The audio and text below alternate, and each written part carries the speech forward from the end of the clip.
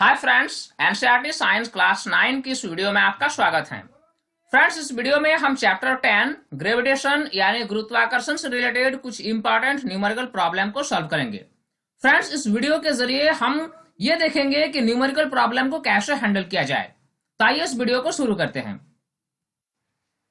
अब आइए इस प्रॉब्लम को हम सॉल्व करते हैं।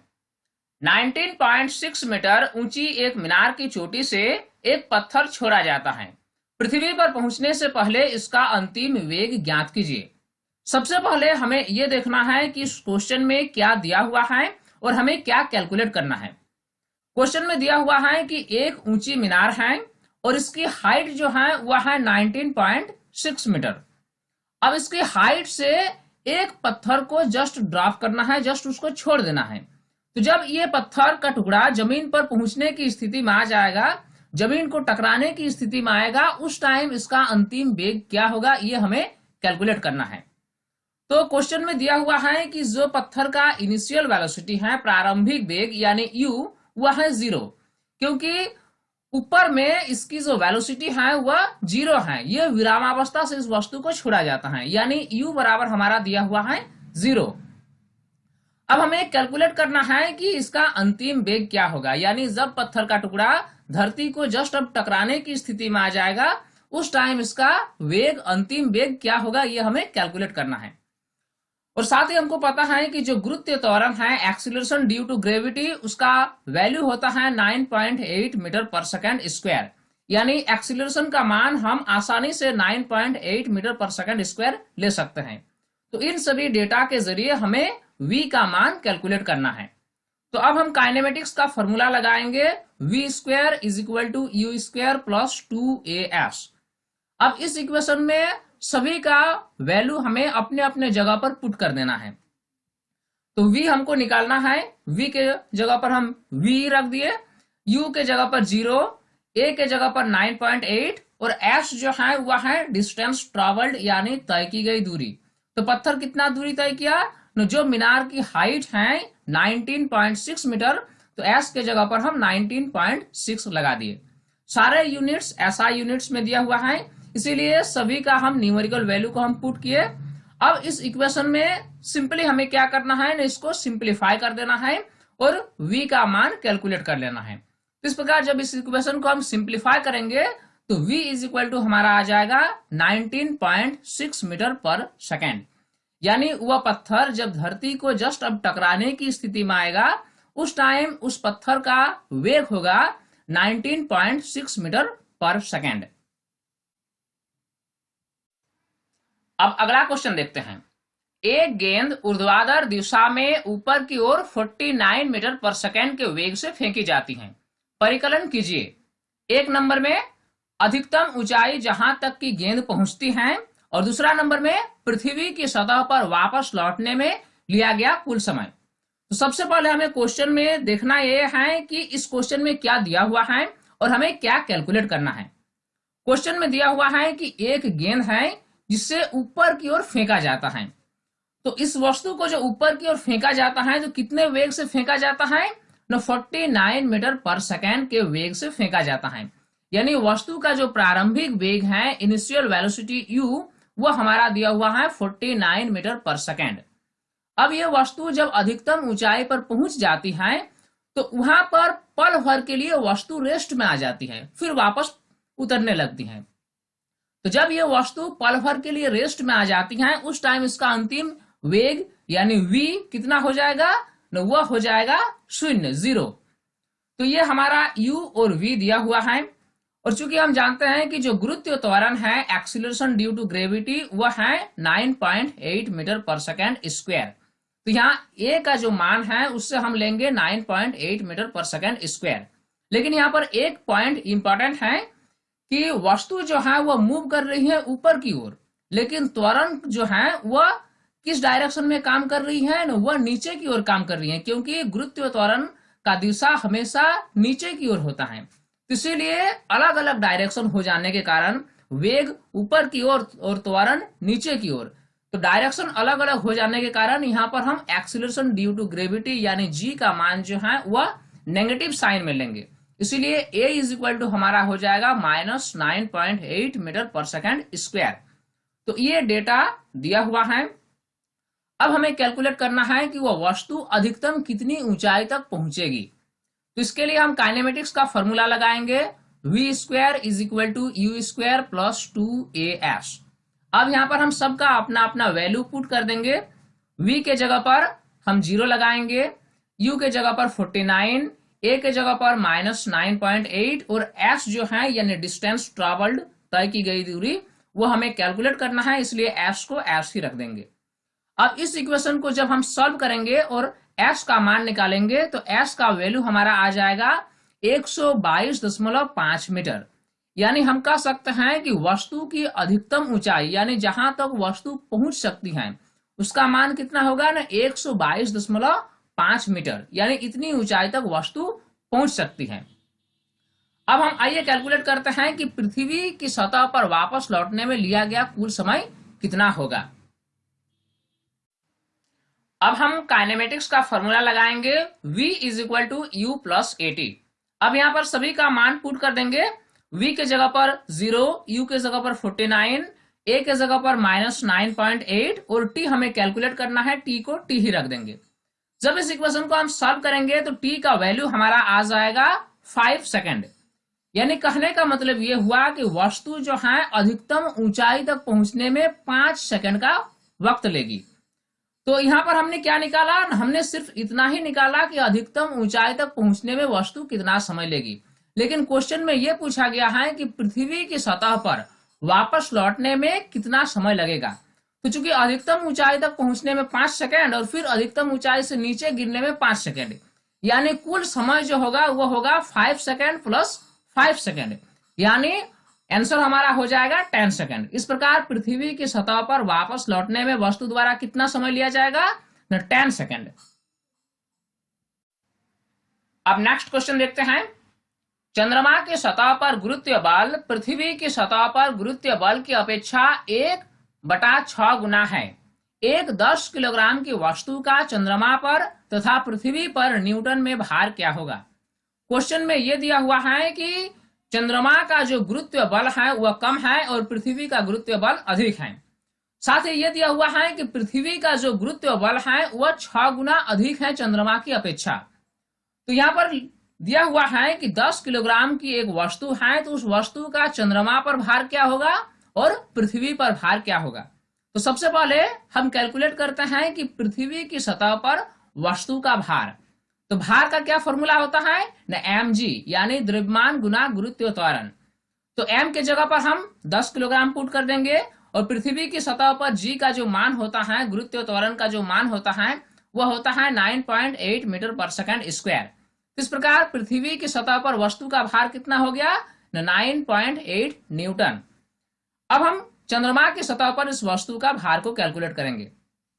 चूंकि क्वेश्चन में दिया हुआ है कि चंद्रमा की सतह पर गुरुत्व बल जो होगा वह पृथ्वी की अपेक्षा 1/6 गुना होगा, यानी चंद्रमा पर भार कितना हो जाएगा ना, mg/6। तो mg का मान हमने कितना कैलकुलेट किया है ना, 9.8 न्यूटन, उसको 6 से भागा दे देंगे। इस प्रकार चंद्रमा की सतह पर वस्तु का भार हो जाएगा 1.63 न्यूटन।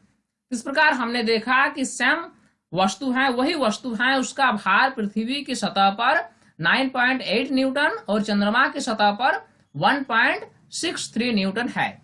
कहने का मतलब यह हुआ कि वस्तु का भार जो है वह अलग अलग स्थान पर अलग अलग हो सकता है, लेकिन वस्तु का द्रव्यमान जो है वह नियत रहता है और हर जगह पर द्रव्यमान एक जैसा होता है। इस प्रकार इस क्वेश्चन को हमने सॉल्व कर लिया। अब अगला क्वेश्चन देखते हैं। कोई पत्थर ऊर्ध्वाधर दिशा में ऊपर की ओर 40 मीटर पर सेकेंड के प्रारंभिक वेग से फेंका गया है।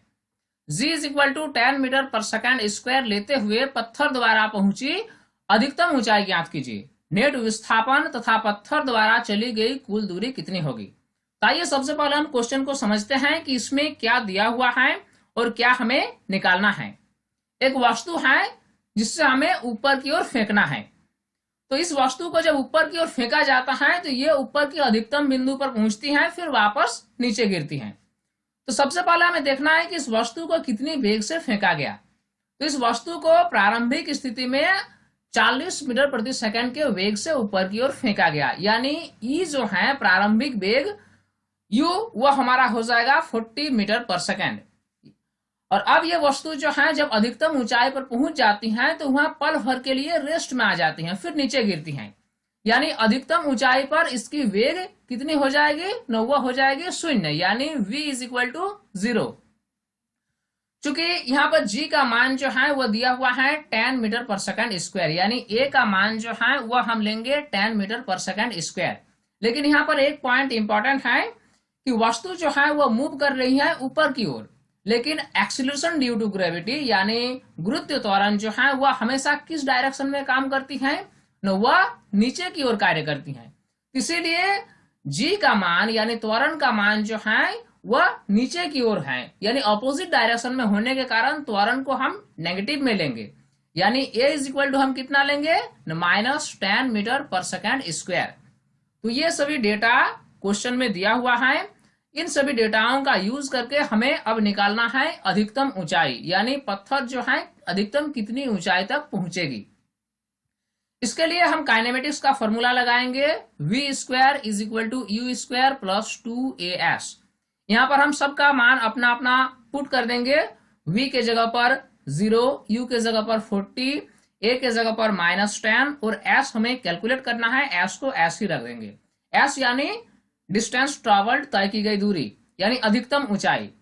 तो जब हम इस इक्वेशन को सॉल्व करेंगे तो s का मान हमारा आ जाएगा 80 मीटर, यानी वह पत्थर जो है अधिकतम कितनी ऊंचाई तक पहुंचेगी, 80 मीटर की ऊंचाई तक अधिकतम पहुंचेगी। तो इस प्रकार हमने अधिकतम ऊंचाई कैलकुलेट कर लिया। अब हमें निकालना है नेट विस्थापन। चूंकि देखिए पत्थर को जब नीचे से ऊपर की ओर फेंका जाता है तो ये ऊपर के अधिकतम बिंदु पर पहुंचती है, फिर वापस नीचे की ओर गिरती है और उसी स्थान पर आ पहुंचती है जहां से ये पत्थर चलना प्रारंभ किया था।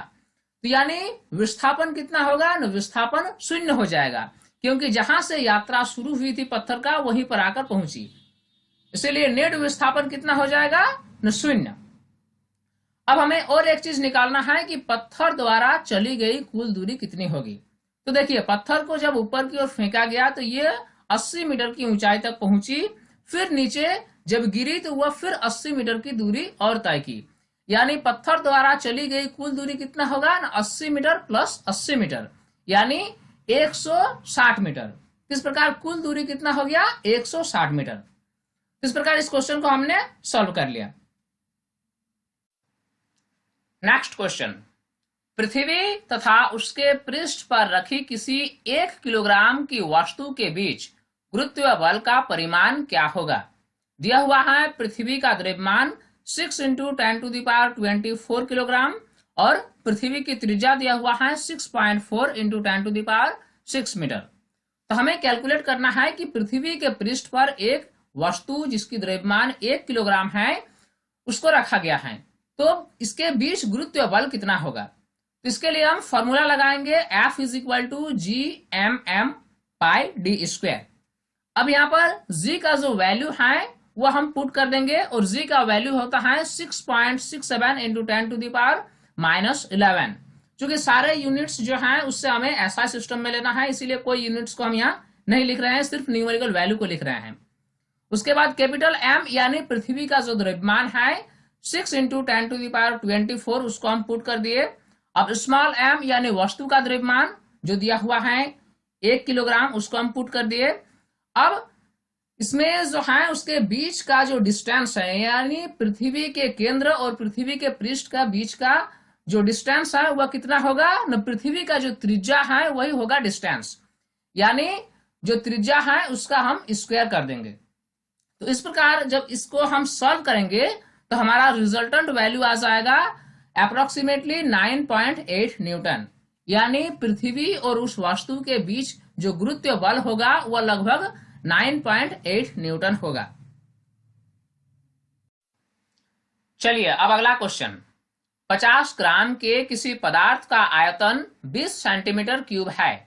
यदि पानी का घनत्व 1 ग्राम पर सेंटीमीटर क्यूब हो तो पदार्थ तैरेगा या डूबेगा। देखिए एक वस्तु दिया हुआ है जिसका द्रव्यमान 50 ग्राम है और इस वस्तु का आयतन दिया हुआ है 20 सेंटीमीटर क्यूब है। तो इस वस्तु को अगर पानी में छोड़ दिया जाए तो पानी में ये वस्तु डूबेगा या तैरेगा, ये हमें बताना है। क्वेश्चन में दिया हुआ है कि पानी का घनत्व जो है वह 1 ग्राम पर सेंटीमीटर क्यूब है। तो सबसे पहले हमें उस पदार्थ का घनत्व को कैलकुलेट कर लेना है। तो चूंकि हम जानते हैं कि घनत्व के लिए फॉर्मूला क्या होता है, वह होता है द्रव्यमान भागा आयतन। तो इस प्रकार द्रव्यमान के जगह पर हम कितना लगा देंगे, 50 ग्राम, और आयतन के जगह पर 20 सेंटीमीटर क्यूब। तो इस प्रकार हमारा घनत्व निकल जाएगा 2.5। तो उस पदार्थ का घनत्व कितना निकल गया, 2.5। चूंकि पानी का घनत्व दिया हुआ है 1 ग्राम पर सेंटीमीटर क्यूब, तो ये जो दिया हुआ है, तो इससे हम क्या देखें कि पदार्थ का जो घनत्व है वह अधिक है पानी के घनत्व से। तो जब पदार्थ का घनत्व अधिक है और पानी का घनत्व कम है, तो ऐसे स्थिति में अगर पदार्थ को पानी में छोड़ दिया जाए तो वह पदार्थ आसानी से डूब जाएगा। तो हम कह सकते हैं कि पदार्थ जो है वह पानी में डूब जाएगा। अगला क्वेश्चन भी कुछ उसी तरह का है। इसमें दिया हुआ है 500 ग्राम के एक मुहरबंद पैकेट का आयतन 350 सेंटीमीटर क्यूब है। पैकेट 1 ग्राम पर सेंटीमीटर क्यूब घनत्व वाले पानी में तैरेगा या डूबेगा। इस पैकेट द्वारा विस्थापित पानी का द्रव्यमान कितना होगा।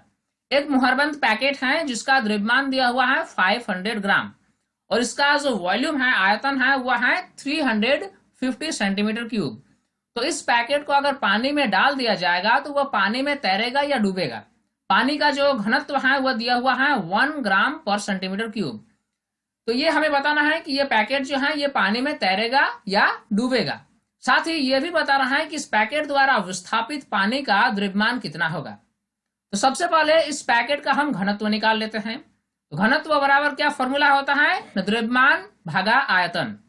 द्रव्यमान कितना है, 500 ग्राम और आयतन कितना है, 350 सेंटीमीटर क्यूब।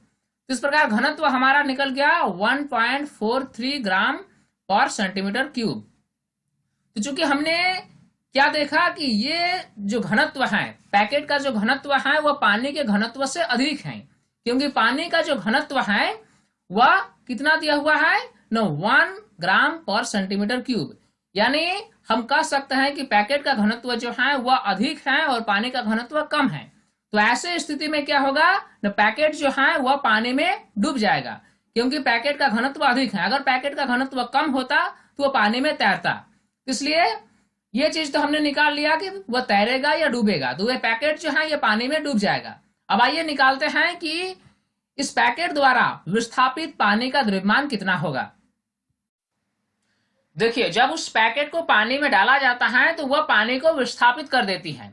उस पैकेट का जो आयतन है उतनी आयतन के पानी को वह विस्थापित कर देती है। तो हमें कैलकुलेट क्या करना है, विस्थापित पानी का द्रव्यमान। जो पानी विस्थापित हो गई है उस पानी का क्या द्रव्यमान होगा, ये हमें कैलकुलेट करना है।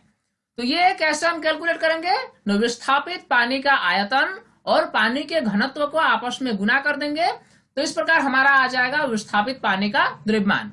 तो विस्थापित पानी का जो आयतन है वो कितना होगा, उस पैकेट का जो आयतन है यानी 350 सेंटीमीटर क्यूब, उतना ही पानी विस्थापित होगी।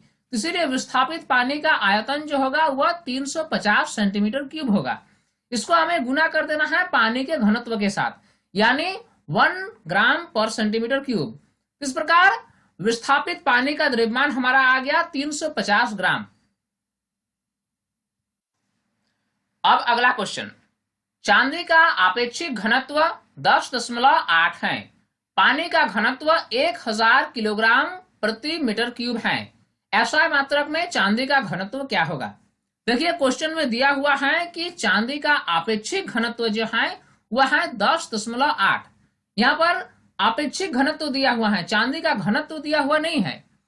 और यहाँ पर दिया हुआ है कि पानी का जो घनत्व है वह है 1000 किलोग्राम पर मीटर क्यूब। तो हमें ऐसा मात्रक में चांदी का घनत्व क्या होगा वह कैलकुलेट करना है। तो चूंकि हम जानते हैं कि आपेक्षिक घनत्व जो होता है किसी पदार्थ का, उसके लिए फॉर्मूला क्या होता है, न उस पदार्थ का घनत्व भागा पानी का घनत्व। तो चांदी का आपेक्षिक घनत्व अगर हम निकालेंगे तो इसके लिए फॉर्मूला क्या है, न चांदी का घनत्व के साथ पानी के घनत्व को भागा दे देंगे। तो ये इक्वेशन है। इस इक्वेशन में जो सभी डेटा मालूम है उसको पुट कर देंगे और जो डेटा हमको मालूम करना है उसको निकाल लेंगे।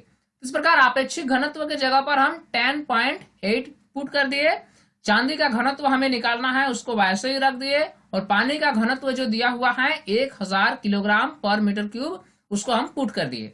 इस प्रकार चांदी का घनत्व हमारा आ गया 10,800 किलोग्राम पर मीटर क्यूब। इस प्रकार हमने निकाल लिया चांदी का घनत्व, और ये जो है ये SI मात्रक में ही हमने निकाला। अब अगला क्वेश्चन, एक कार किसी कगार से गिरकर 0.5 सेकंड में धरती पर आ गिरती है। तो यहाँ पर हमें दो चीज कैलकुलेट करना है, धरती पर टकराते समय कार की चाल क्या होगी और धरती से कगार कितनी ऊंचाई पर है। देखिए एक कार है जो किसी ऊंचाई से गिर रही है, तो ये जो है गिरने में इसको कितना वक्त लगता है ना 0.5 सेकंड। तो हमें कैलकुलेट करना है कि जब ये धरती को जस्ट अब टकराने की स्थिति में आएगी उस टाइम इसका चाल क्या होगा, ये हमें कैलकुलेट करना है। दूसरा और एक चीज कैलकुलेट करना है कि ये जो है कितनी ऊंचाई से गिर रही है, उस ऊंचाई को हमें कैलकुलेट करना है। तो आइए देखते हैं कि इस क्वेश्चन में क्या क्या हमारा डेटा दिया हुआ है। सबसे पहली बात कि जो प्रारंभिक वेग है यानी इनिशियल वेलोसिटी u वो हमारा 0 दिया हुआ है। देखिए कार ठीक वैसे ही गिर रही है जिस प्रकार किसी ऊंचाई से एक पत्थर को जस्ट ड्रॉप कर दिया जाता है। तो यानी यहाँ पर जो है उस कार का इनिशियल वेलोसिटी हम 0 लेंगे, क्योंकि जस्ट मानेंगे कि वह कार जो है वह जस्ट ड्रॉप हो रही है, यानी उसका जो वर्टिकल वेलोसिटी है वह 0 है। इसके बाद और क्या दिया हुआ है, ये जो है ये गिरने में कितनी समय लेती है, यानी 0.5 सेकंड का टाइम ये उस ऊंचाई में गिरने से लेती है। तो यानी time t is equal to 0.5 second ये हमारा दिया हुआ है। इसके साथ ही एक्सीलरेशन ड्यू टू ग्रेविटी यानी g का मान हमें 10 मीटर पर सेकंड स्क्वायर लेना है, इसीलिए a जो है हमारा एक्सीलरेशन वो हम लेंगे 10 मीटर पर सेकंड स्क्वायर। तो ये डेटा दिया हुआ है और हमें अब निकालना है v यानी अंतिम वेग। कार जब धरती को जस्ट टकराने की स्थिति में होगी उस टाइम उसका वेग क्या होगा, v क्या होगा, ये हमें कैलकुलेट करना है। साथ ही और एक चीज कैलकुलेट करना है s यानी तय की गई दूरी, यानी उस जिस ऊंचाई से वह कार गिर रही है उसकी ऊंचाई क्या है। तो ये v और s हमें कैलकुलेट करना है। तो अब हम काइनेमेटिक्स का फॉर्मूला लगाएंगे, v is equal to u plus at। तो u के जगह पर हम 0 पुट कर देंगे, a के जगह पर 10 और t के जगह पर 0.5 सेकेंड। तो सारा यूनिट्स जो है SI सिस्टम में है, इसीलिए हमने यूनिट्स को नहीं लिखा, सिर्फ उसका न्यूमेरिकल वैल्यू को लिखा। और इस प्रकार v जब हम कैलकुलेट करेंगे तो हमारा आ जाएगा 5 मीटर पर सेकेंड, यानी उस कार की अंतिम वेग जो होगी जब वह धरती को जस्ट टकराने की स्थिति में होगी उस टाइम उस कार का वेग कितना होगा न 5 मीटर पर सेकेंड। अब हम काइनेमेटिक्स का अगला फॉर्मूला लगाएंगे, v square is equal to u square plus 2as। अब इस इक्वेशन में हम सबका मान अपने अपने जगह पर पुट कर देंगे और v का मान निकालेंगे। तो v के जगह पर हमने 5 पुट कर दिया, u के जगह पर 0, a के जगह पर 10 और s हमें कैलकुलेट करना है, इसलिए s को s ही रख दिए। तो जब हम इस इक्वेशन को सॉल्व करेंगे तो s का मान हमारा आ जाएगा 1.25 मीटर, यानी उस ऊंचाई का जो वैल्यू है वह होगा 1.25 मीटर, यानी वह कार 1.25 मीटर की ऊंचाई से गिर रही है। इस प्रकार हमने दोनों चीज कैलकुलेट कर लिया। पहला ये कि धरती पर टकराते समय कार की चाल क्या होगी न 5 मीटर पर सेकेंड, और धरती से कगार कितनी ऊंचाई पर है न 1.25 मीटर। तो फ्रेंड्स उम्मीद करता हूं कि इस तरह के न्यूमेरिकल प्रॉब्लम को अब आप आसानी से हैंडल कर लेंगे। इसलिए एक क्वेश्चन आपके लिए, पृथ्वी की सतह पर किसी वस्तु का भार 50 न्यूटन है, इस वस्तु का द्रव्यमान क्या होगा। इस क्वेश्चन में किसी वस्तु का भार जो है वह पृथ्वी के सतह पर 50 न्यूटन दिया हुआ है, आपको बताना है कि इस वस्तु का द्रव्यमान क्या होगा। तो आप इस वस्तु का द्रव्यमान कमेंट सेक्शन में जरूर डालें ताकि हमको भी पता चले कि आपने कुछ सीखा इस वीडियो से। फ्रेंड्स अगर अभी तक इस वीडियो को आपने लाइक नहीं किया है तो हमारी मेहनत को सफल बनाने के लिए इस वीडियो को लाइक करना ना भूलें। साथ ही हमारे यूट्यूब चैनल साइंस प्लेटफॉर्म को जरूर सब्सक्राइब कर लें और नोटिफिकेशन बेल को ऑन कर लें ताकि ऐसे ही नए नए वीडियोस आपको आसानी से मिलती रहे। फ्रेंड्स तब तक के लिए बाय।